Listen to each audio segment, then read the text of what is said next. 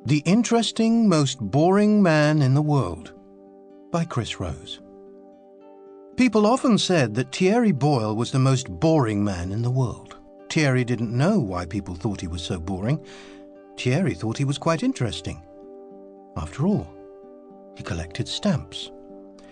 What could be more interesting than stamps? It was true that he didn't have any other hobbies or interests, but that didn't matter for Thierry. He had his job, after all. He had a very interesting job. At least, Thierry thought it was interesting. Everybody else said that his job was boring, but he was an accountant. Why do people think that accountants are boring? Thought Thierry. Thierry thought his job was fascinating. Every day he went to his office, switched on his computer, and spent 7.5 hours looking at spreadsheets and moving numbers around on them. What could be more interesting than that? But Thierry was unhappy. He was unhappy because people thought he was boring. He didn't want to be boring. He wanted people to think that he was a very interesting person. He tried to talk to people about his stamp collection. But every time he talked about his stamp collection, he saw that people were bored. Because people were bored when he talked about his stamp collection, he talked about his job instead. He thought people would be very interested when he talked about his job. But no. People thought his job was even more boring than his stamp collection. Sometimes, people even went to sleep when he talked to them. Thierry thought about how to make himself more interesting. He decided that he needed to be famous for something.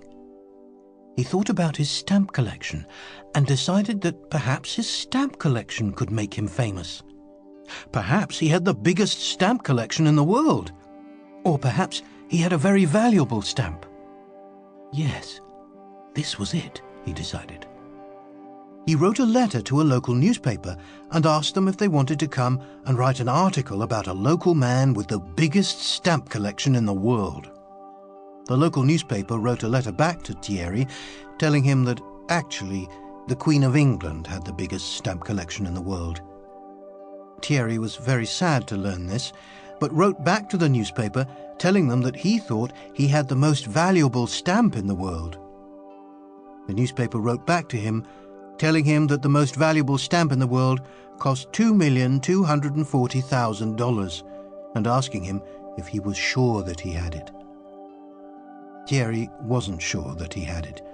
In fact, he was sure that he didn't have it. Perhaps his whole collection was very valuable, though. "Is it worth $10 million?" asked the man from the newspaper on the telephone when Thierry called him. No, I don't think so." "Forget it then," said the man from the newspaper. Thierry thought about other things to make himself famous. Perhaps he could be the best accountant in the world. Yes, this was it, he decided. He told a friend that he was the best accountant in the world. "How do you know?" asked his friend. "Well," thought Thierry, "I have a good job. I like it. It's very interesting. Spreadsheets, numbers, taxes, finance." He saw his friend going to sleep. He thought. "Perhaps I'm not the best or the most interesting accountant in the world." "Listen, Thierry," said his friend when he woke up again, "perhaps you don't have the biggest or the most valuable stamp collection in the world. Perhaps you aren't the best or the most interesting accountant in the world. But there is one thing. Thierry, you are probably the most boring man in the world." Yes, of course. This was it. Thierry could be famous because he was the most boring man in the world. Now he saw that his friends were right. He phoned the newspaper again. "Hello," he said. "Would you like to do an interview with the most boring man in the world?" "The most boring man in the world," said the man from the newspaper. "Now that's interesting." Next week, there was a big article in the newspaper. The most boring man in the world. There was a picture of Thierry in his office. There was a picture of Thierry with his stamp collection. There was an interview with Thierry and interviews with his friends. His friends said they went to sleep when Thierry talked about his job or his stamp collection. The next day, the BBC and CNN called Thierry. They wanted stories about the most boring man in the world.